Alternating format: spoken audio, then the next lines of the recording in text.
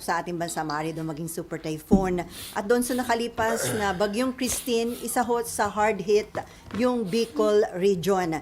So, ano po ba yung mga lesson learned na dapat nating i-apply ngayong may panibago na naman bagyo at maaari pa daw 6 na bagyong pumasok sa ating bansa? Actually, wag niyo namang lahat yan. Ang tinamaan ng solid na malakas-lakas ay ang Camarines Sur at ang Albay.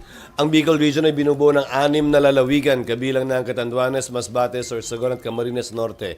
Di gaanong tinamaan yung 4. Ang solid na tinamaan sa pamamagitan ng pagbabaha, hindi naman malakas na hangin o ulan ay ang Camarines Sur at ang Albay. Marahil may mga adjustments lang na kailangan gawin at paghahanda pang dagdag na kailangan gawin para maiwasan ito. Sa kaso naman ng Naga, ito ang unang pagkakataon na nangyari ito na ganyang kalalayong baha. Bagaman catch basin ang Naga, ganyang kalalayong baha at ganyang katagal humupa o bumaba ang tubig. Sa karamihan sa mga lugar sa Sorsogon halimbawa, ilang oras lamang ay bumaba na ang tubig dahil nagkataon lamang na sumabay ang high tide sa malakas na pagbuhos ng ulan. Pero nung nag-low tide na, bumaba na rin agad yung tubig sa aming lalawigan. Kaya nga nakapagpadala na kami ng tulong sa Albay at Camarines Sur, bagaman mas malalakit mayaman na lalawigan yun. Sir, yung ba mga lugar sa Bicol region na hindi gaano binaha at madali nag-subside ang baha, indication ba yon na mahusay yung kanilang flood control program? Hindi para sa akin na husgahan yon dahil hindi ko alam ang partikular at detalye niyan. Maaring nauna lamang ang iba kaya mas kompleto ang flood control nila. Maaring nahuli ang iba. Maaring nasira yung mga dati. Pero lalahanin natin. Bigyan ko na yung example. Yung Cagsawa Ruins. Alam mo niyo yung kwento ng Cagsawa? Yung simbahan na lubog sa lahar. Maraming namatay na tao nun. Akala nila ligtas sila kung nagpunta sila sa simbahan. So, ang naiwan na lamang dun sa Cagsawa Church ay tore. Yung toreng yon ay naging tourist attraction. At dahil doon, tinayuan ng resort, ng hotel, ng swimming pool. Isang bagyo, mga 2 years ago, nalubog uli lahat yon. Dahil tila nakaligtaan ng ating mga kababayan doon na daanan talaga yan ng lahar mula sa mayon nung una pa man panahon hanggang ngayon. At anumang pagbabagong kailangan gawin kaugnay ng rechanneling ay hindi kayang baguhin yung dating dinadaanan. Ika nga, nature still dictates ng lahar o ng tubig man o ng ating mga ilog. Sir, ang sabi ni Presidente Marcos, dapat daw i-revisit yung kanyang suggestion, i-revisit yung Bicol River Basin Development Program para daw maiwasang maulit yung nangyaring matinding pagbabaha sa Bicol. Well, pag sinabi mong Bicol River Basin Program, particular yun ay tumutukoy nga sa Camarines Sur. At partially sa lalawigan ng Albay. Hindi bahagi at kasama ang lalawigan ng Sorsogon dyan. Maliit na bahagi lamang kung meron man. Pero tama ang Pangulo. Yan ang isang dapat tingnan. At meron na sa paniniwala ko, meron na mga batas at resolusyon kaugnay sa bagay na yan noong mga nagdaang panahon. So sir, it's about time na para may managot, sabi mo nga, accountability dahil kahit na laging alaki ng budget allocation for flood control projects, pero yearly ang observation, palala ng palala yung ating nararanasang baha. Well, palala ng palala dahil na rin sa climate change. Kaya ang kailangan natin isang climate-adapted, climate-resilient na budget. Halimbawa, ang barangay road may specific na kapal. Ang municipal road may specific na kapal yung semento ng kalye. Ganon din ang isang national road. Dapat marahil sa mga flood control projects, meron ding specific na kapal yan, depende sa lugar. Hindi pwedeng one size fits all na. Hindi po pwede na porkit ganyan ang ginagawa natin noon, ganyan pa rin ngayon. Dahil nga sa pagbabago ng panahon, dahil nga sa climate change, kailangan mag-adapt at magbago din tayo. Sa pagkakaalam ko, yung design ng mga flood control projects, river control, seawall, ay pareho pa rin tulad ng mga nagdaang dekada. Dapat ibahin na yan, i-update na yan, at dapat, depende sa lugar, iba-iba na rin ang design patungkol sa taas at sa kapal at kung may bakal nga ba o wala. So, dun sa ating kinakailangang climate change adaptation, ito'y nangangailangan din ng yearly karagdagang budget allocation, sir? Not necessarily karagdagang budget, pero kailangan mo lamang i-realign sa tamang paggastos, tamang programa, ika nga. Mas pipiliin ko na may flood control, may river control, may seawall, na tatagal ng 10, 20, 30, 40 taon, kesa naman yung parehong amount, mas mahaba nga, magigiba naman agad isang bagyo lang. So one thing is for sure, sa budget deliberation sa plenary, pagpapaliwanagin niyo po yung mga concerned government agencies about the flood Sa control. pamamagitan ng mga senador na siyang tatayo na bilang author, bilang sponsor ng mga budget na yon. Maliban na lang kung isuspende namin ang rules at hayaan namin na magsalita at sumagot diretso yung kalihim ng partikular na departamento. So DPWH, sir, ang may malaking explanation. Principally, na kailangan gawin. DPWH, yes. Pangalawa, marahil ay magiging DENR. Ano nga ba ang projection nila? Ano nga ba kailangan baguhin? Gayon din ang Climate Change Commission. Ano nga ba mga kailangan pagbabago at update na kailangan gawin kaugnay ng infrastructure design natin sa ating bansa? Pagdating, sir, sa pagbibigay ng weather update, weather bulletin, may nakikita ka bang pagkukulang or sapat yung ginagawa ng Pag-asa na advisory? Actually, maliban sa Pag-asa, may app na sa telepono na kung hindi pa kinukuha yan ng mga LGU, ewan ko na sa kanila. Kompleto na ng iba't ibang app sa telepono na ginawa namin noon sa aming lalawigan na very up-to-date, kabilang na ang Pag-asa. Kasama nga yung data galing sa Japan, weather forecasting, kasama na rin ngayon sa Florida. Lahat yun accessible naman na sa atin sa pamamagitan ng internet. Wala nang dahilan, dagdag sa Pag-asa, na hindi pa malaman kung ano yung eksaktong lokasyon, lakas, at kailangan paghahanda natin gawin kaugnay sa anumang bagyong paparating. Pero ang iba nagsasabi dapat daw ba every hour yung advisory kapag andyan na yung bagyo? Para mabigyan ng guide yung mga LGUs, yung publiko. Ulitin ko matatanda na tayo. Mga LGU, alam na dapat yan. Ika nga, kailangan pa bang i-memorize ng LGU yan? Hindi na dapat siguro. Hindi na responsibilidad at hindi natin pa rin sisihin ng Pag-asa na dapat early bigyan ng update yung mga LGU. Trabaho ng LGU, alamin by the hour, on the hour, every 10 minutes kung kamusta na nga ba yung kalagayan ng panahon. Hindi para sa Pag-asang obligahin yung mga LGU na gawin yan. Sa parte naman ng ating mga kababayan, again, through social media, sapat na ang availability ng impormasyon para mapagbigay alam sa kanila. Yung tunay na estado ng lagay ng panahon. At wala silang dahilan, maliban na lang kung hindi sila interesado, na hindi mapakinggan at malaman yan. Pero daw dapat mas detalyado yung gaano yung volume ng tubig na hatid ng bagyo, and at the same time, parang gawing mas nauunawaan ng publiko yung mga terms na ginagamit ng Pag-asa. Isang bagay yan. Sa pagkakaalam ko, dahil nakita ko to nung ako yung nagobernador, hindi kayang alamin bago pa man kung ano yung volume ng tubig na ibubuhos ng isang bagyo. Yung panukat niyan, to simplify it, parang balde lang naman yun sa isang lugar na sinusukat gaano kadami yung ulan, yung rainfall, ilang millimeter for every hour, for every 30 minutes. In real time, doon pa lang malalaman kung gaano kabigat yung volume ng tubig. At saka tandaan natin, kaya nga tinawag na weather forecasting yan. Hindi yan tinawag na weather predicting. Forecast pa rin ito. Estima lamang ito. At yung aktual na impormasyon malalaman kapag nandun na tayo sa kalagitnaan mismo ng bagyo. So para sa inyo, efficient naman, sir, yung Pag-asa?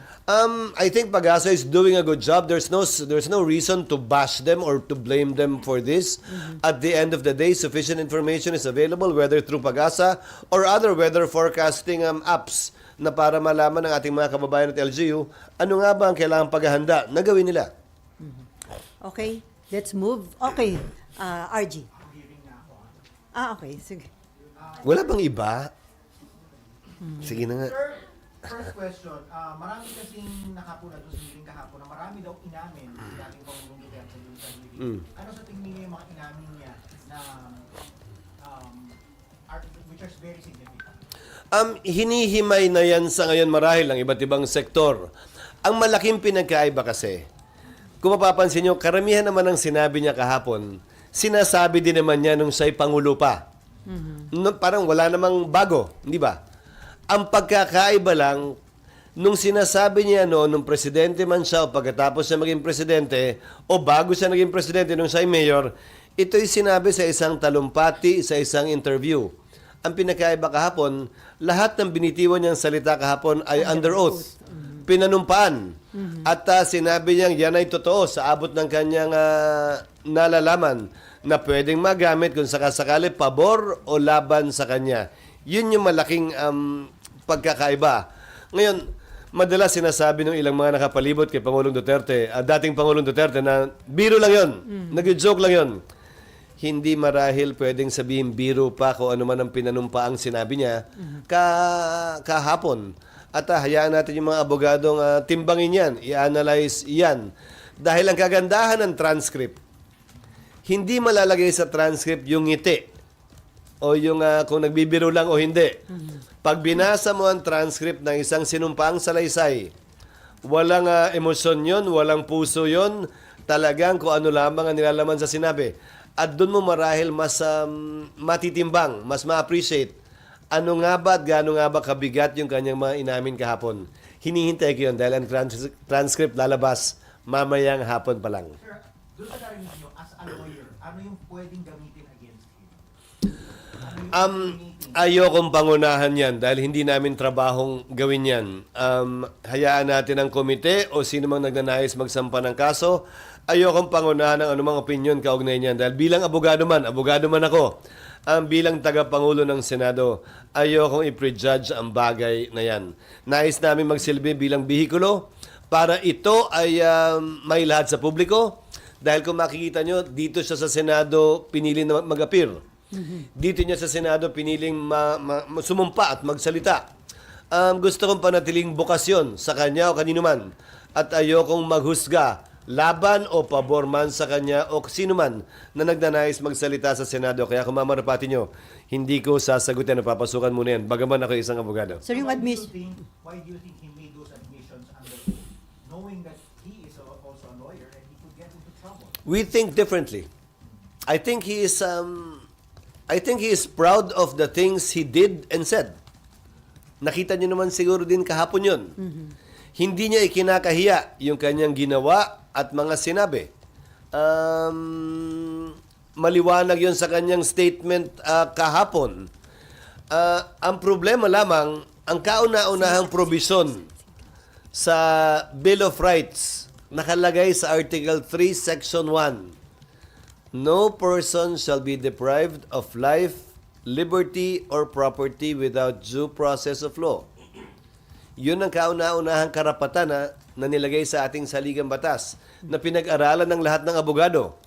Kaugnay sa karapatang pantao na dapat galangin, hindi ng sinuman, ng pamahalaan at sinumang nakaupo sa pamahalaan. Sir, yung admission ni dating presidente na meron siyang death squad composed of gangster na pumapatay daw talaga ng mga criminals. Hindi masyadong napasukan yung kahapon. Sabi niya kasi sa hiwalay na pagdinig daw tungkol lang sa kanya mismo, hindi ba? Pero narinig ko rin yun at dapat siguro sa susunod na pagdinig kung kailan man yun sa pareho o hiwalay ay matalakay pa yun. Dahil ulitin ko, tila hindi naman siya nagtatago at natatakot kaugnay sa pag-amin sa mga bagay na yan. Pero nasa kamay na ng mga otoridad kung sapat na ba yung pag-amin yun para sampahan siya ng kaso. Sir, sa tingin niyo po ba makukulong na siya or maa-ICC na siya or dun sa mga sinabi niya kahapon and dun sa to follow up dun sa point ni Celia, no? Para bang nilaglag niya yung mga PNP chief niya dun sa mga sinabi niya kahapon? Isang tabi ko muna yung questions. ICC. Wala ako nalalaman kaugnay sa ICC at hindi ko alam kung anong talagang estado niyan. So hindi ko kayang komentaryohan. Kaugnay ng paglalaglag, ang narinig ko kahapong sinabi niya ay ito, I am willing to take full responsibility. Me. Just me. Ang problema ko doon sa pahayag na yon ay ito. Siya yung walang kaso eh. Lahat ng mga PNP chief na nandun dati at chief of police ng Davao ay walang mga kaso kaugnay sa pagpatay. Ang may mga kaso, yung mga pulis na tila nakapikit at nakapiring yung mga mata o nakatakip yung mga tengang sumunod at ginawa yung akalain nilang dapat gawin. Sila ang may kaso. Sila ang na-dismiss sa serbisyo. Sila yung nakakulong ngayon. So, ang tanong ko, paano mo i-operationalize yun na ako lang? So, siguro paraan ito ni Pangulong Duterte para i-operationalize yun. Kaya siguro matapang niyang hinaharap, sinasagot at inaamin ng mga bagay na yan. Dahil sa tinagal-tagal ng panahon, 6 na taon ang kanyang termino, 2.5 taon na ang lumilipas, sila sa taas ang walang kaso. Ba't nga ba? Lahat ng nasa baba ang may kaso. Sir, bakit nga ba ganun? Tinanong yan ni Senator Jinggoy kay Senator De Lima, hindi ba? Na sa palagay ko, hindi niya nasagot ng diretso kahapon. Wala daw gusto mag-testify, sir. Oo, pero tandaan mo, lumabas na si Matobato at si Las Cañas more than 3-4 years ago. Yes. Wala pa rin nagsampa ng kaso. Kaya nga. So, bakit nga ba? Time kasi ni Duterte pa yun, sir. 2.5 taon na lumilipas, natapos na yung time niya eh. Hindi para sa akin na sagutin yon o maghaka-haka dahil hindi naman bahagi ng trabaho ko yun. Pero ang sinasabi ko nga, siguro, kaya malakas sa loob niya kahapon, ay dahil nga gusto niyang akuin na yung responsibilidad dahil sa hinaba-haba ng panahon, ang nagbabayad, ang nakakulong, ang tinanggal sa serbisyo, ay yung mabababang pulis at hindi yung mga nasa taas, nag-utos man o hindi. Pero sir, it wouldn't change the fact na nakakulong na nga yung mga police and yet itong higher ups and the president are free, di ba? Kaya nga ang tanong ko, paano niya i-operationalize yung sinabi niya na ako na lang, I take full responsibility. Ano ang proseso nun at paano yan mararamdaman ng mga tinanggal at nakakulong ng mga pulis ngayon? Na ayon sa kanila, ginagawa naman nila yung kanilang tungkulin. Hindi ba? So sir, with all the admission of the former president, dapat bang kumilos ang Department of Justice? Kasi sabi nga ni Presidente, former President Duterte, he's wondering bakit hanggang ngayon hindi siya kinakasuhan, matagal na daw ho siyang pumapatay. Again, nais kong basahin ang transcript mamayang hapon at kayo din. Magandang mabasa yung transcript. Nang walang emosyon, walang damdamin, wala kang mukhang nakikita, binabasa mo lang. Magandang makita yung mga pag-amin na ginawa niya doon upang matimbang ng buo at kompleto. Malamang, gagawin namin public itong transcript na ito. Pagbibigay alam namin sa media, sa inyo, o sino mang ahensya ng gobyerno magnanais kumuha nitong sinumpaang salaysay hindi lamang niya, pero nung iba ding mga testigo na nagsalita kahapon. Sir, before Marlon, ano masasabi mo the way na hinandle yung investigation considering na umuulan na pagmumura po yung nangyari sa investigation? Well, magandang pinoint out ni Senator Risa na OA yung pagmumura at walang lugar yan dito sa Senado. Sang-ayon ako doon.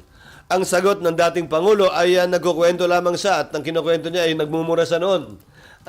Hindi yata totoo yon sa lahat ng mga pagmumurang ginawa niya. At magandang na point out yon ni Senator Risa dahil ayaw kong mamanhid ang Senado o ang lipunan o tayong lahat. Naisipin nating okay lang yon. Hindi okay yon ha. At tama nga, gaya na nasabi ko, na pinoint out yon ni Senator Risa kahapon.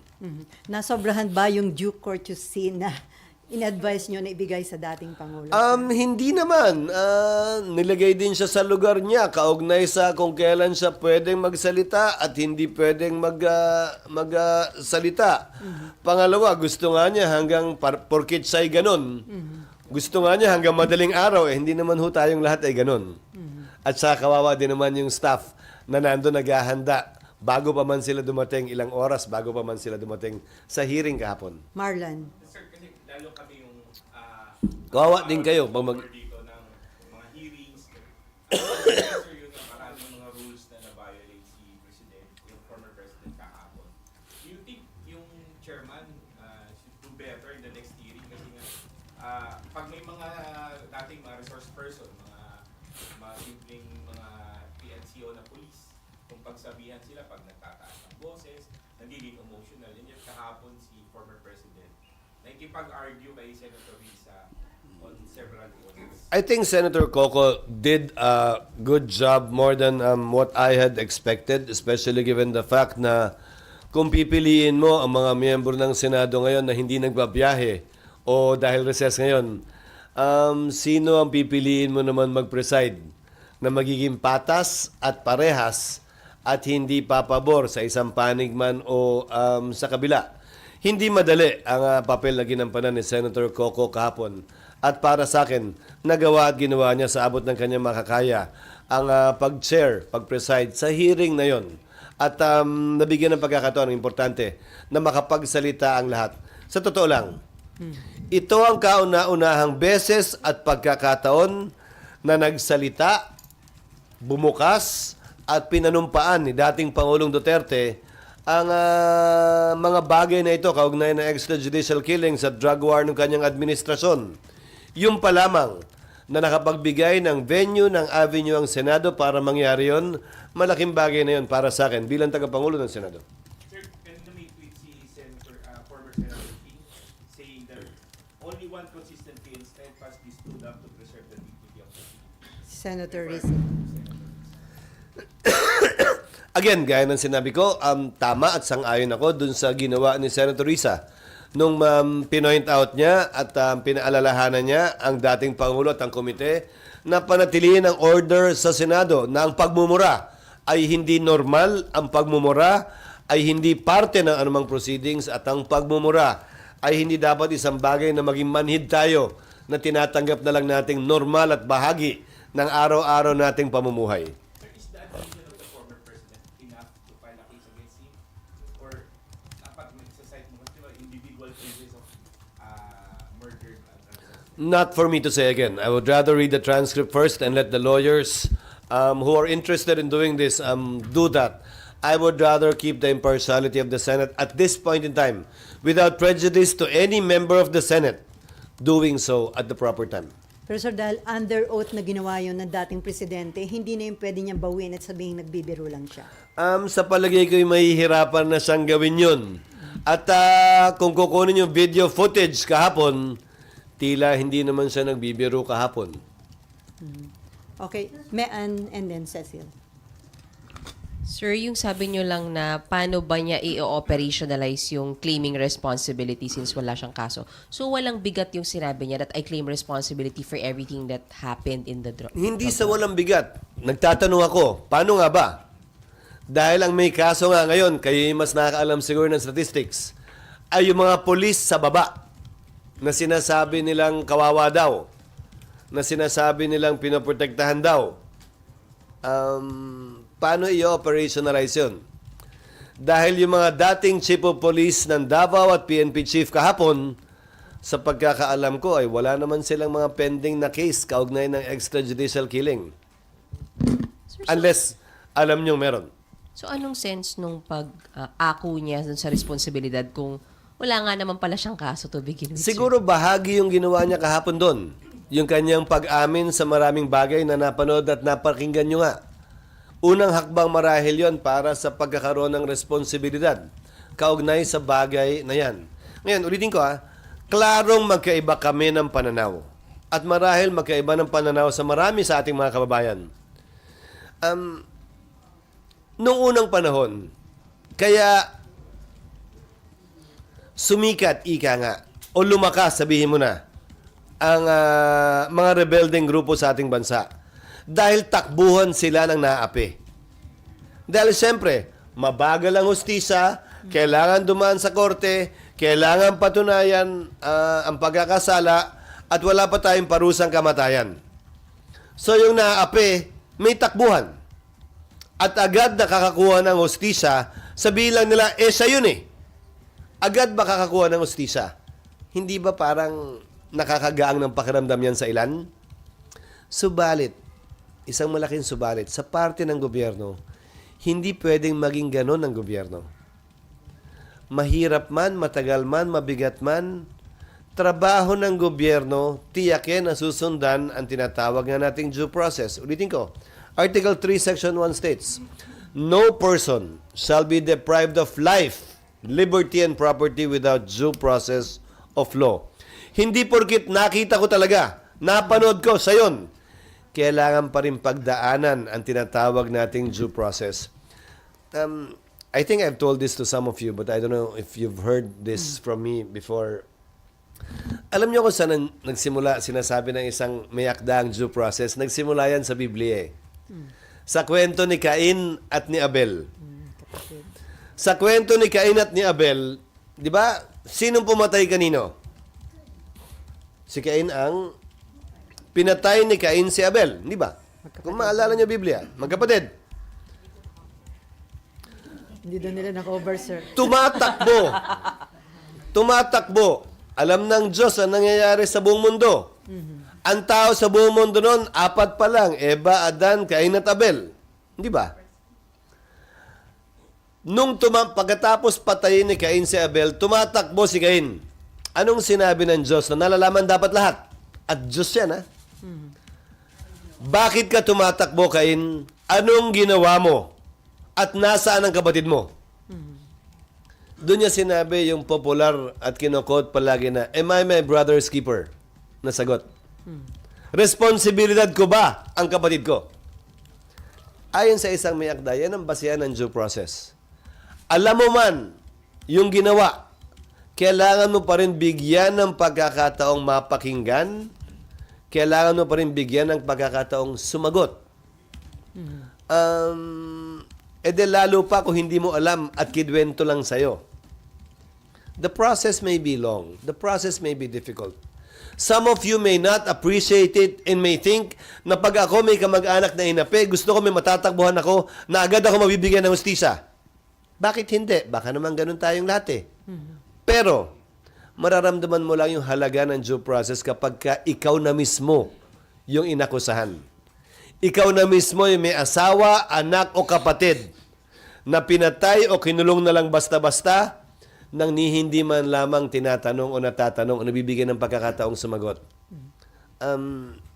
Yun ang punto de vista ng gobyerno at doon ang gagaling ang gobyerno.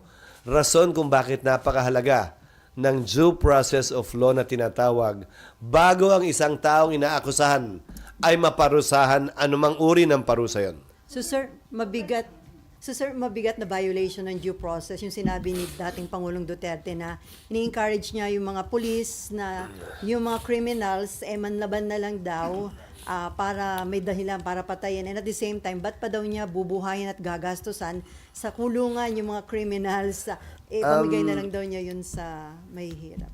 A civilized society does not operate that way. And I believe that we are a civilized society. Ay, sir.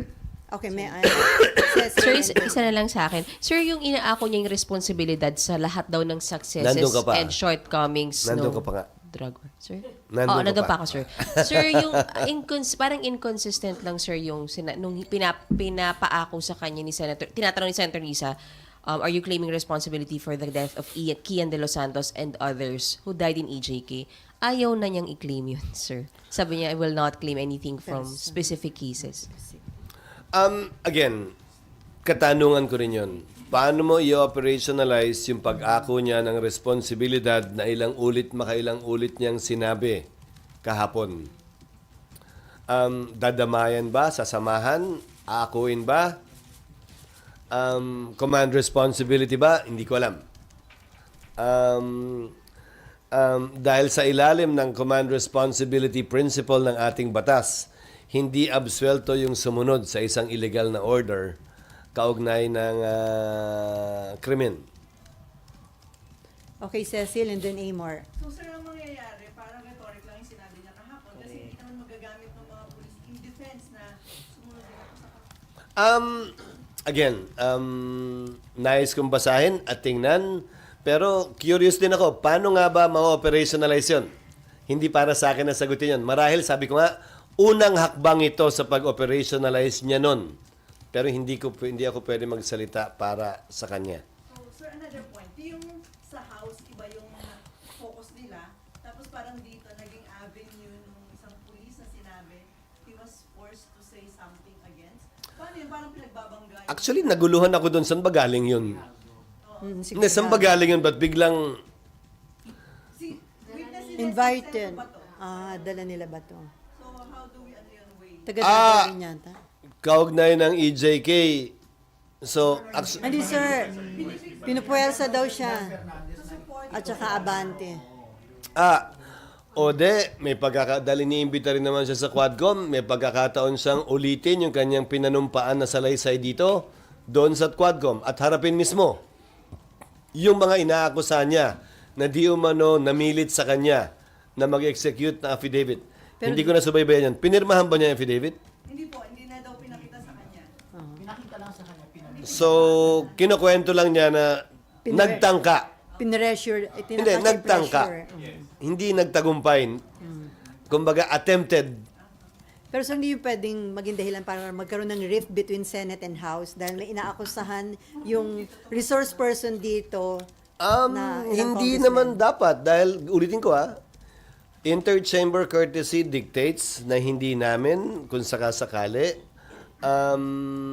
puwersahin ng sino mang mambabatas na inakusahan dito na mag-appear, mag-attend tulad lamang naman ang ginagawa ng Kamara kay Senator Go at Senator Bato. Hindi rin sila pwedeng puwersahin mag-attend.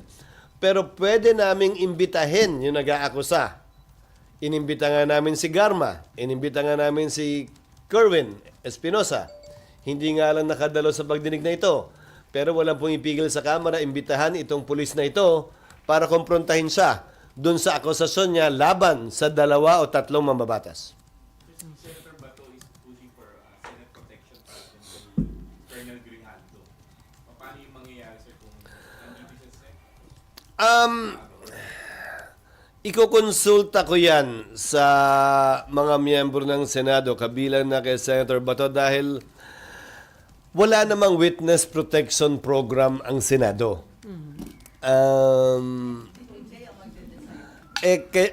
Issue na rin yan nung panahon ni dating Pangulong Arroyo, naalala nyo?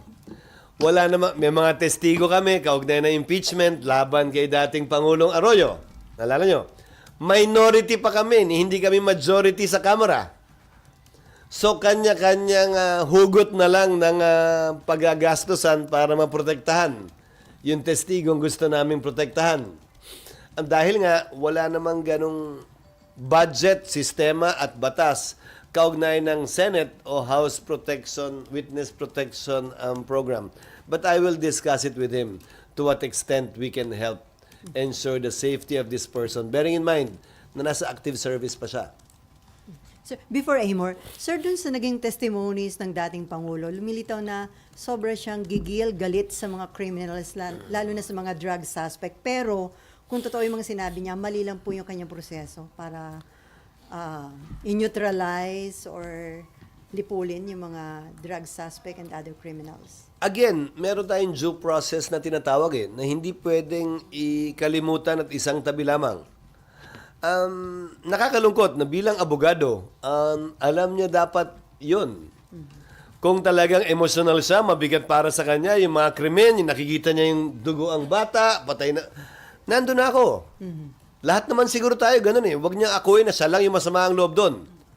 Siguro naman tayong lahat, pag may nakitang patay, ginahasa, mutilate na bata, o sino man babae, o lalaki, o matanda, lahat naman tayo siguro magagalit Pero yon ang pinagkaiba ng gobyerno, siguro, sa ordinaryong tao. Hindi mo pwedeng ilagay sa kamay mo ang batas. Kahit nga ang gobyerno, hindi nilalagay sa kamay niya ang batas. Dinadaan niya sa proseso. Again, a civilized government can do nothing less than provide an ensured due process to anyone and everyone. Gaano man kasama, gaano man kabigat sa dibdib natin. Dahil ulitin ko, hanggang hindi ikaw mismo yung inaakusahan ng mali, hindi mo mararamdaman yung bigat at kahalagahan nito. May isa pa ako nais talakayin. Ayon sa ilang testigo kahapon, bumaba daw yung kriminalidad nung panahong may mga EJK at nagdedebate sila. So kinuha ko yung data dito sa LBRMO. Dahil siyempre sinasubmit sa LBRMO ng DILG yan kada budget deliberation. So, Yung crime index, sir. ang crime index na tiningnan namin ay mula 2016 to 2018, same period ngayon. July 1, 2016 to April 21, 2018. Kinumpara namin sa July 1, 2022 at April 21, 2024 para parehong datos. Hindi pwedeng bilangin yung buong termino ni Pangulong Duterte dahil pandemic tayo kung wala namang lumalabas, di ba? Hindi tamang comparison. So, yung unang 2 taon lang. Tandaan nyo, sinimula ng war on drugs 2016 pa lamang. Anong date ng memorandum? Nung double barrel? July? July 2016. O July 2016. Ang datos na sinubmite sa Senado ay crime index July 1, 2016 to April 21, 2018, 196,518. July 1, 2022 to April 21, 2024, 71,544. Mas mataas ang krimen nung panahong yon, 16 to 18, ng 60%, halos triple. Maraming patayan nga, sir, kasi. Kasi nga, hindi mo pwedeng hindi bilangin yung patayan. Krimen pa rin yun eh. Extrajudicial killing nga, it's a crime. Hindi mo pwedeng hindi bilangin yon sa crime index. So they are claiming daw na mas safe, no? Nakakapaglakad daw kahit anong oras. So, mas mataas yung crime nung time ni Duterte. Dami ng kesa patayan. ngayon. Yun ang sinubmit sa amin. Pina-check ko lamang naman dahil na-curious din ako kahapon kung totoo nga ba yun. Dahil kasama yung bilang ng mga biktima ng drug war. Lahat naman yun, alangan namang hindi mo bilangin yun. So sir, yun yung joke na mas tahimik nung panahon ni... Maraming pinatahimik. Hindi, sinasabi ko lamang ay hindi yan sumusunod sa datos at statistics Kung yun na sinubmit sa amin noong mga panahong yon ng sarili din niyang administrasyon, ng sarili niyang DILG noon at ng kasalukuyang DILG. Okay, Amor. Ay, Marlon. Yes. Sir, kahapon sa gallery, yung nasa audience, they were cheering him on, pumalakpak pa nga, tumatawa, every mention ng mga mura. How do you feel about that? Actually, sino ba yung nasa gallery? Mga Hindi ko alam eh. supporter, siguro. So, baka naman supporter niya, hindi ko alam. Supporter niya, empleyado ba ng Senado, kayo bang nandun? Hindi ko alam eh. I mean, sir, yung nano-normalize, Which is not good. Ulitin ko, sana wag tayong mamanhid na okay lang yan at normal yan. Kaya nga sang-ayon ako at tama at kinatigan naman ng chair, si Senator Risa, sa kanyang pinoint out kahapon na wag naman gawin yan dito sa Senado. Okay, Amor. Sir, pag under oath po ba, pag under oath po sir, ano po yung implications ng laban bawi sa mga statements? Kasi for example, si former President kahapon, although sinabi niya na may death squad siya, later on, sinabi niya din dun sa hearing na hindi naman talaga death squad. So ano pong implications nun? Ang sinabi niya, hindi daw mga pulis. Kung naririnig ko ng tama. Mga gangster. Ang sinabi niya, wala daw reward. Ang sinabi niya, mga gusto lang talaga pumatay, kung naalala niyo. Opo, sir, may sinabi din po siya medyo mas late pa na parang hindi naman death squad, basta alam ng tao na andyan ako. Parang may mga gano'n na vague na hindi medyo naman- pagbawi. I don't think it's vague. Remember, kung gagawa ka ba ng sindikato, papangalanan mo ng crime syndicate? Kunyari, Mayan Crime Syndicate. Yun ba talaga? O gagawin mo, Paragon? Ayaw niyo ba, sir? Na kunwari lang. Di ba, tatawagin mo bang crime syndicate yon? Tatawagin mo bang death squad yon? Eh, sir, siya Hindi. nasabi. Hindi. Tanong yon. Kaya di ba tinanong din, si Senator De Lima tinanong mismo, yan ba talaga ang pangalan? Ang sagot ay, hindi ko alam. So, yung death squad is a characterization. It's not a name. So, nung tinatanong marahil siya, ulitin ko ha, pinangunahan natin mga sarili, magandang basahin nga na walang emosyon eh.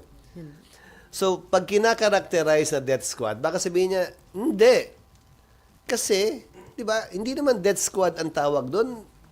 Tingin mo ba, manggagaling sa kanila yung pangalan na Davao Death Squad kung meron nga? Tingin mo ba, pag nagmi-meeting sila, may tarpaulin sa likod na nakalagay, Third Convention of DDS. Hindi naman, di ba? Sir, meron isa daw pinatay. Hindi naman siguro, di ba? So, when he was being asked, meron bang death squad? Hindi naman nila pinapangalanan ganon. Pero siya Siya yung nag-initiate na magsabi Siya na meron siyang death squad. O pero sinabi din niya, di ba, na basta alam lang nilang nandyan ako. Yes. Walang ganon. So, again, because I think they were getting confused yesterday with nomenclature. So, pag tinanong mo, is there such a thing? Kaya niyang sagutin ng no. Kasi wala naman talagang gano'n na may pangalan siguro. Again, don't be confused about... Sir, meron daw pinatay. May nakalagay na... Sir, pero siya nga sir, na kami na yung nalito. Siya nga yung nagsabi, sir, na may death squad siya. And then when Senator Coco clarified, sabing, may sarili kayong hit squad, can we be very clear? Biglang sinabi niya, hindi naman death squad. Basta lang ng taon dyan ako when you Kasi commit this nga, crime. again, hindi naman siguro kasi tinatawag. Na death. Dapat imbis na ginamitan marahil ng pangalan, dinescribe. Ay, So meron kayong mga tao, di ba? Kasi again, it's nomenclature. Pero detalyado. Exact. O sinabi din niya na loose term mismo yun. Sir, Okay, hindi RJ. kaya when the former president said that he was using his legal acumen, knowing na pwede niya, yun na yung way out niya eh. O pero, gusto ba niya ng way out? Di ba nga? Yeah, but Gusto not say niyang... it that way. No. He could have said it more categorically. Agree, but probably at the right time too. Ulitin ko, marahil unang hakbang niya pa lang to. Alam mo, sa tagal kong kilala at nakita niyo na naging Pangulo si dating Pangulong Duterte, he tends to do things that you do not expect. Hindi ito yung normal na direksyon na inaasahan mo sa nagagawin. And I've also learned not to try to even predict it and to simply wait. Yes, ma'am. Ay, Mark. Sir, with all this confusion, any points of improvement for the next hearing po ng Blue Ribbon Subcommittee? Points of improvement. Again, this is the first time that a former president with his character has ever appeared before any institution, either the House or the Senate, under oath. I think we have to give the committee members and the presiding officer some leeway. On improvements, ako kasi ganun eh, sorry I'd rather take advantage of the presence of the resource persons than let the members deliver long opening statements. Mas gusto ko marahil yan dahil nandun tayong lahat, nanonood tayong lahat para pakinggan yung resource persons. In fact, medyo matagal-tagal bago nabigyan ng pagkakataon nga makapagsalita si dating Pangulong Duterte. Mas, kung sakasakali, mas malaking oras ang dapat bigay sa mga resource persons na magpahayag ng kanilang opinion o sumagot sa mga katanungan mula sa mga senador. Sir, dun sa nangyaring first hearing, sino ang tingin nyo mas prepared? Yung mga senador o yung resource person like si former President Duterte? Ang observation na invade niya yung hearing. Lahat naman naghanda. I think the former president had a prepared statement, but as usual, he did not read it. Kung mapapansin mo, meron siyang papel, pero Meron, parang nagbasa di siya naman ng niya binasa masyado. He simply quoted from it from time to time. Lahat naghanda sa pagdinig na yon at para sa akin, ulitin ko hindi para sa akin o sa atin na husgahan yon dahil alalahanin natin na nakapagbigay ang Senado ng oportunidad, venue at pagkakataon na magsalita ang dating Pangulo under oath patungkol sa EJK at patungkol sa kanyang drug war nung siya'y presidente. Malaking bagay na yun, malaking step forward na yun towards transparency and finding out yung punot dulo nitong EJK at war on drugs na to. Sandra.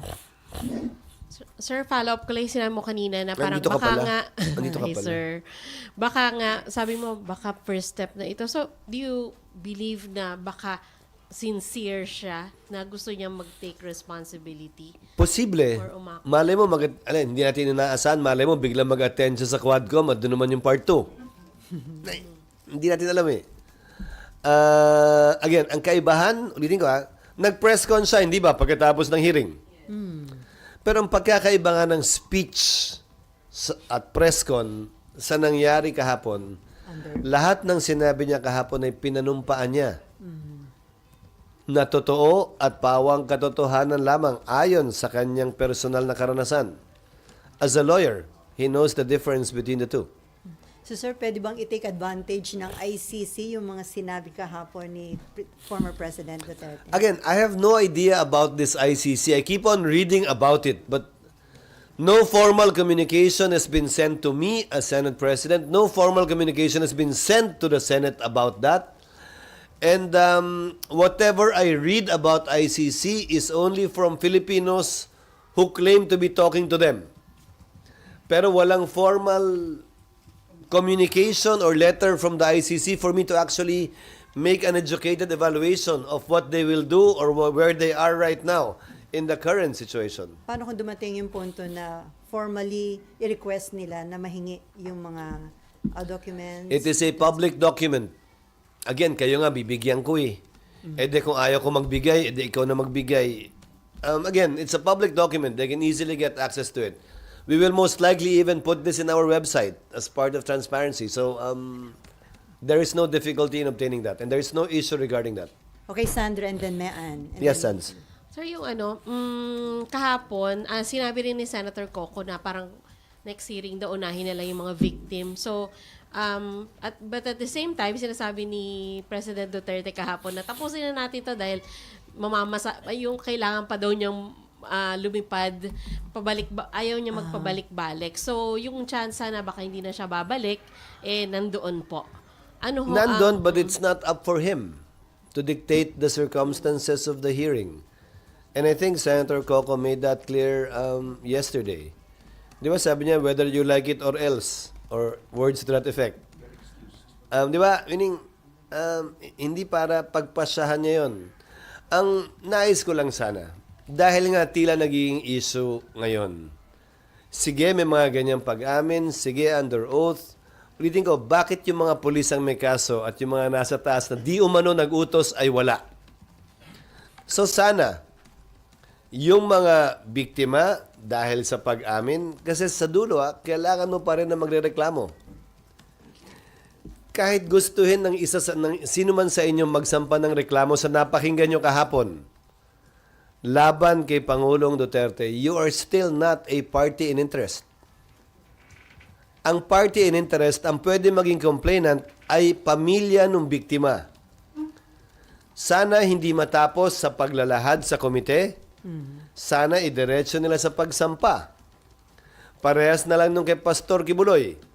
Sana yung mga testigo nandun dahil apparently hindi silang lahat ay nagsampa na ng kaso. Tumestigo lamang sa komite. Sana wag silang tumigil doon, idiretso nila sa pagsampa ng kaso. Hindi naman dapat end all be all yung nakapagsalita sa hearing under oath. Dapat sana ituloy nila sa pagsampa ng kaso. It works both ways. Para mabigyan din ng pagkakataon yung akusado na sumagot, magpaliwanag at komprontahin yung testigo laban sa kanya. Okay, Sandra, no more. Mean. Sir, And then business. Yung sinasabi niyo kanina na malamang lahat ng sinabi ni Pangulong Duterte under oath ay first step niya to what? Hindi, yung pag-ako niya ng responsibilidad.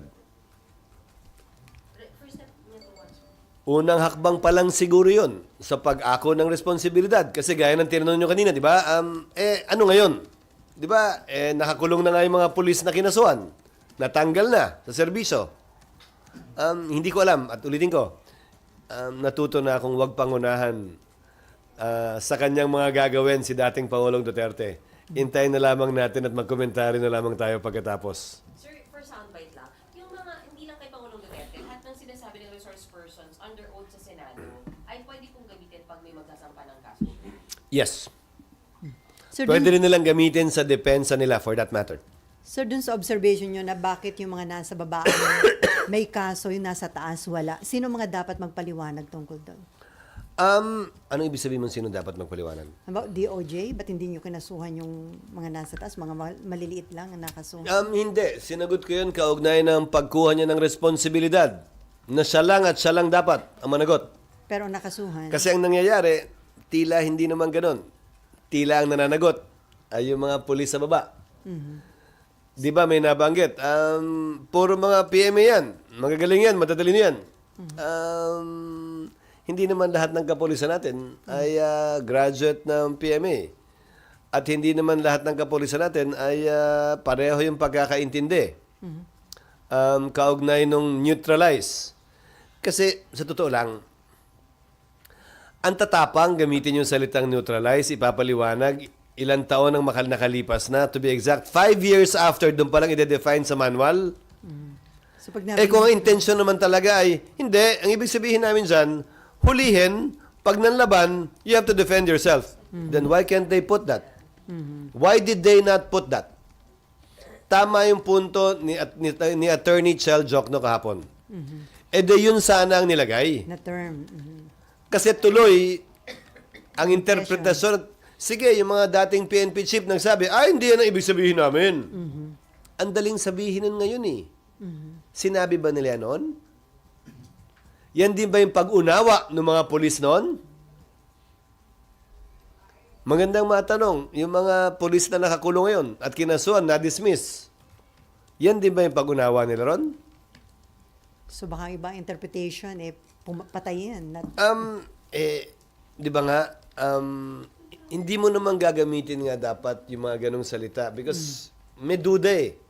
At the very least, kung hindi man yun ang ibig sabihin nun, may duda. Gusto mo bang may duda o wala?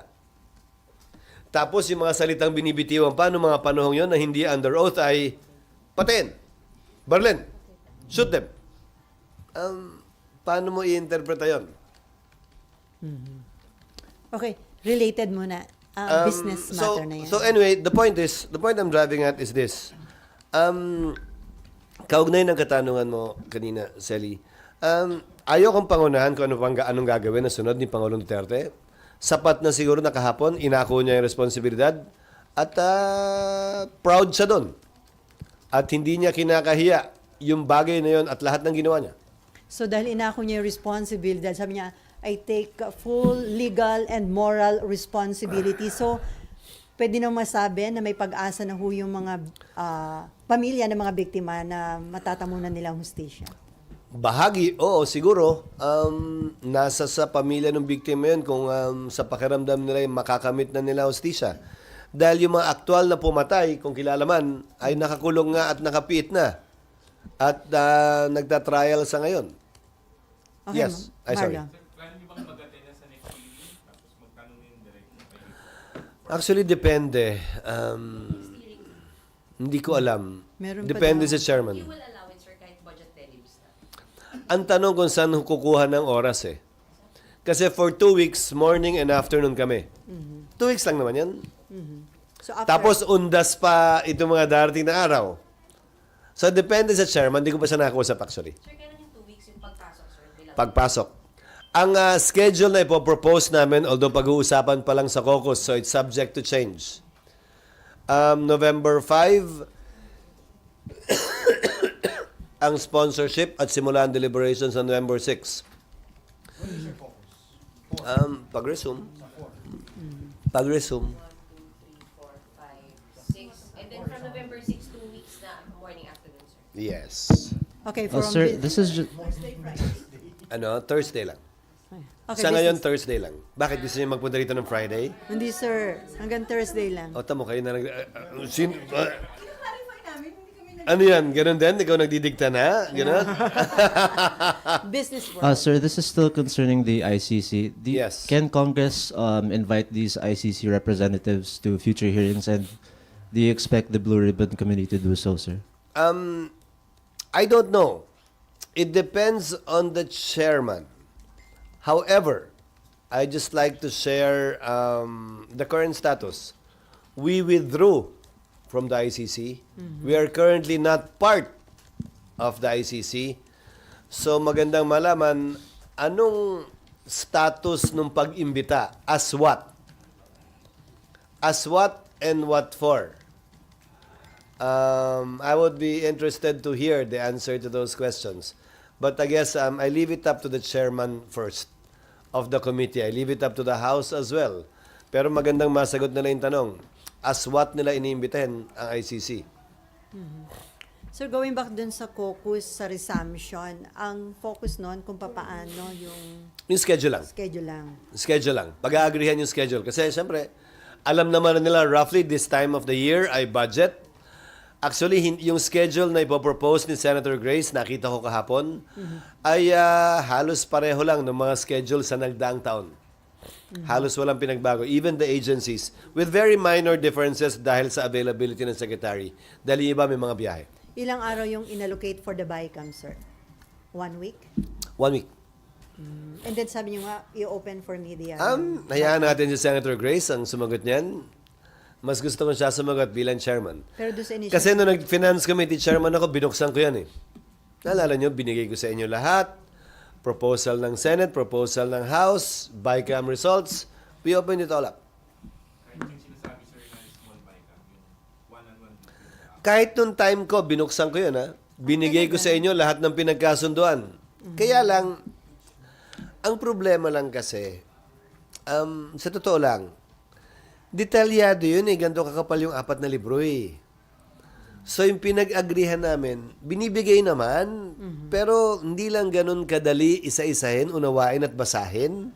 That's why we have the LBRMO and the Committee on Appropriations in the House. Sanay na sila, alam na nila eh. Pero kahit bigay nga namin at binibigay naman namin, mahirap din naman isa-isahin sa party ninyo. Naunawaan ko rin naman yun. Pero sa party namin, binibigay naman namin, hindi lang nga iniisa-isa o naiisa-isa. Hindi lang ninyo, ng mga miyembro din ng Senado. Sir, kahit yung mga major, sir, kasi yung nagkabulagaan, lalo na yung AKAP. Napaka-controversial. Hindi namin pwedeng, hindi, kasi kung ano yung pinag-agrihan, yun eh. News article nyo na yun para hanguin mula doon kung ano yung dapat isulat. Kung yung dapat malaman ng publiko, maaaring interesado ang publiko. Hindi para sa amin na desisyonan yun eh. Maliban na lang kung magtatanong kayo, meron bang ito, meron ito, sasagutin yun. Pero yung dokumentong pinagkasunduan mismo, it's available. We will make it available. SP, yun lang po. There were several budget items that were not tackled during the plenary, but were agreed upon during the small BICAM. Gano'n naman talaga. Bakit? Nakita nyo na ba yung iba't ibang bill na pinapasa namin? Hindi lang naman budget eh. Maraming pinagkakasunduan na hindi na pag-usapan sa plenaryo, hindi na pagdebatihan dito, marahil na pagdebatihan sa Kamara. At nung nag-BICAM, in-insist ng Kamara na dapat kasama yan. Anong gagawin naman namin? Hindi namin alam yun. So, hindi mapapasa yung batas unless malagay yun doon. So, posible talaga yun na merong hindi na pag-usapan dito na nalagay sa final version sa BICAM. Dahil baka na pag-usapan sa Kamara at the reverse is true. Baka na pag-usapan dito, nasa version namin, wala sa version nila, hindi nila napag-usapan yun, pero in-insist ng Senado sa BICAM na dapat malagay yan dyan. So, the same is true. Sir, hindi So, ba nakakagulatan. yung BICAM limited lang dun sa differences? Yes, pero the difference nga is, may nakalagay doon, walang nakalagay dito. May nakalagay dito, walang nakalagay doon. Pangalawa, when you're talking of a budget measure, it's a zero-sum game. Hindi mo pwedeng taasan yung budget eh. So kung may nilagay sila at kinuha nila doon, kailangan pag-usapan, huwag mong kunin doon, dito mo lagay, dyan mo lagay, etc. etc. So pwede talaga magsingit ng kung ano-ano. Kasi nga, dapat mong, kunyari, hindi kami pumayag. Ayaw namin to, hindi pwede. Pero kung ganito, pwede. Hindi pinag-usapan, it's a subject of compromise. But again, all of these documents are public documents. Hindi ito sikreto hindi ito strictly confidential na dokumento ha. Kaya lang nga mahirap himayin.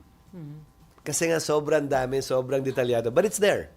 So, It's sir- there for everyone to see actually. So sir, kaya kino-consider third Congress ang BICAM. Ganun na rin powerful yung BICAM. May kasabihan ganon, pero lalahanin mo, limitado kapangyarihan ng BICAM. Pag walang inaprubahan ng magkabilang kamera, wala silang pag-uusapan. So, saan ka nakakita ng superpower na ganon? Na nakadepende kung gagalaw ang magkabilang kamera. Di ba, kung superpower talaga yan, parang si Superman, mulat-mula pa hanggang sa dulo, may superpower ka. Parang korte. Di ba? Ang korte, pwede sabihin, mali ka, executive, tama ka, Congress. Pero may limitasyon yung kapangyarihan ng korte. Dapat may magreklamo. At yung magreklamo, dapat may standing. Hindi pwedeng, ano kaya ito? Matanong nga ang korte. Hindi pwedeng ganun, ha? Maliban na lang kung pumasok sa declaratory relief. Okay, Cecil? So, sir, 2 weeks lang yung Senate will be devoting to the budget delivery. 3 weeks kasama yung unang linggo. So, By tradition, ganun talaga yun, ha? Hindi ko pinapaiklian, hindi ko hinahabaan, yun lang talaga yun. wala masyadong controversial budget. Kamukha dati may LCAP, may something like that. Hindi ko pa alam actually. Hindi ko alam kung ano nasa isip pa ng mga senador. Depende rin yan sa mga magiging headline ng pahayagan. kung ano yung pag-uusapan. Baka may PM, yung AM is 10 AM, PM is until what time? Otosawa, sir. hanggang 10 a.m. pwede. Tusawa. Sir, Kayo naman, tagal nyo na rito. Sanay na kayo doon. May lugaw naman, may anli lugaw. Andy Lugaw at saka kape. Coffee. Ha? Kapalit ng lugaw, palabok. Sir, balikan ko lang hearing. Hindi ba Ano yung dapat... pansit bihon? Sige, bihon favorite ko. Sir, hindi ba dapat yung mga senador impartial? Pero anong dating kung parang naglo-lawyering yung isang senador dun sa like kay Digo? Hindi ito ang unang pagkakataon din na may sariling opinion yung senador. Kaugnay sa dinidinig. Sa budget. Di ba? Pag tinatanong yung budget, may sariling opinion siya na may ginawang mali yung ahensya. Bawal ba yun? Hindi naman. Lalo na sa kasong ito kay Senator Bato. Dahil PNP chief siya nung dati, nag-Davao Chief of Police siya, at siya yung gumawa ng double barrel memorandum. Sabi ko nga sa kanila nung pagdinig pa lang, our understanding will be this. Anything you say in the hearing with personal knowledge. Di ba kasi nagsabi siya hindi ko ginawa yan. Hindi yan ang ibig sabihin ko. We consider that you're saying these things on your oath as a senator. Kaya hindi na namin sila pinatayo kahapon nung pinanumpa yung mga testigo. Hindi na kailangan yun. At hindi magandang tingnan din. Pero sir, yung hindi pa naririnig yung testimony ng dating Pangulo, pero meron nang naglo-lawyering para sa kanya. Sa loob, sa labas ng hearing. Sa loob ng hearing, sir. We are politicians. We are judged based on what we think, what we say, and what we do, and not think, not say, not do. Lalo na sa kaso ni Senator Bato Marahil dahil re-electionista siya. He will be judged in the course of the process. And that is part of being a member of the Senate that is a political body. Hindi ito korte na dapat talaga impartial, na nakatakip yung mata, nakapiring yung mata ng mga uupo sa pagdinig. Ito'y Senado, parang bahagi ng Kongreso, which is a political body. May mga posisyon ang individual na mga miyembro ng Senado. And up to the public to judge them, sir. Yes. And they get to be judged every 6 years sa kaso ng senador, every 3 years sa kaso ng congressman. So, sir, in simple term, how would you describe the statement of the former president? Na-clarify ba? Lalo lang tayo na-confused? Under oath, number 1. Number 2, I think outside of the, I won't say confusion, misunderstanding regarding nomenclature, I think he was pretty clear with what he wanted to say yesterday. Again, magugulat kayo sa sinasabi ko. Subukan yung basahin yung transcript nang wala sa isip nyo yung imahe na may nagsasalita o may muka. Iba ang dating. Nagawa ko na yan ng abogado ko ilang ulit na. Iba ang dating. At mas ma-appreciate natin yung mga sinabi niya kung babasahin natin sa transcript. Pero sir, di ba pag nagda-judge yung isang judge ng kaso, part yung personal physical demeanor in judging certain aspects? Oo. Pero, may malaking pero court of record pa rin lahat ng korte. Lahat ng death penalty cases, lahat ng life imprisonment cases, automatically appealed yan sa Supreme Court. Ang mababasa na lang ng mga mahistrado ng Korte Suprema, transcript At sila ultimately ang magpapasya. Ia-absuelto ba namin to o hindi? Ngayon, kung mahalaga talaga yun at ganun kahalaga yun, edi sana ni-require ng Korte Suprema, pakita nga akusado rin dito, gusto namin makita. Hindi Pinili ng Korte Suprema, yan ang sistema ng hudikatura sa ating bansa at sa ibang bansa. Court of record nga ang tawag It's through the transcripts. You get to read it more clearly. Kasi labas na nga emosyon, labas yung parang namamangha ka dahil dati siyang Pangulo, di ba? Habang pinapanood mo, labas lahat yon. Binabasa mo na lamang yung mga sinabi niya. I challenge you to read it this afternoon when you release it or tomorrow morning and then let me know, even in private, what you think. Yes, ma'am. Pwede i-remind si President Duterte pag bumalik, respeto naman ng Senate, huwag masyadong magmura ng That was stated already in the last hearing yesterday. Kung kailangan ulitin, nasa chairman yon, nasa mga miyembro na rin yun kung nais nilang paalalahanan.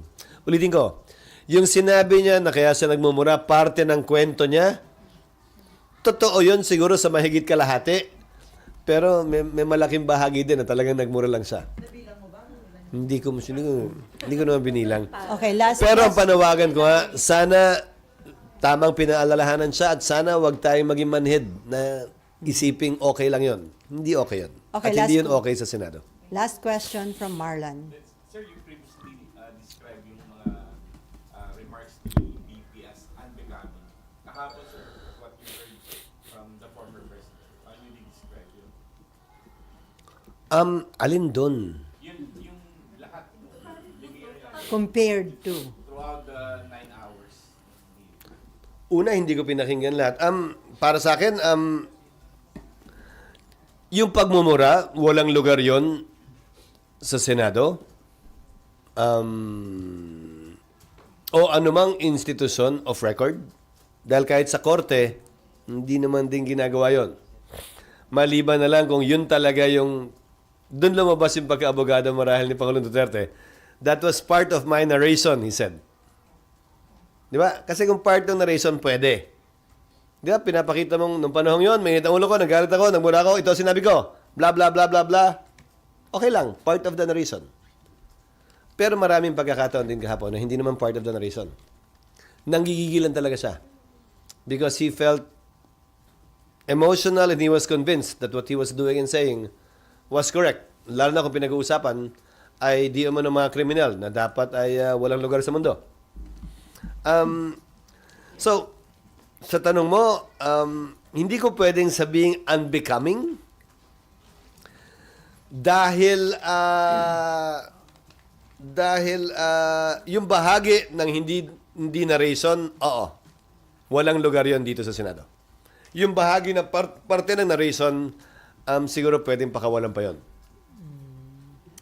Okay, no more? On that note, thank you so much sa Senta President Chis Escudero, and of course, thank you kay Ging at sa Presidente ng PROS, kay Glenda Olid. Patayin ba? Kuwento ako.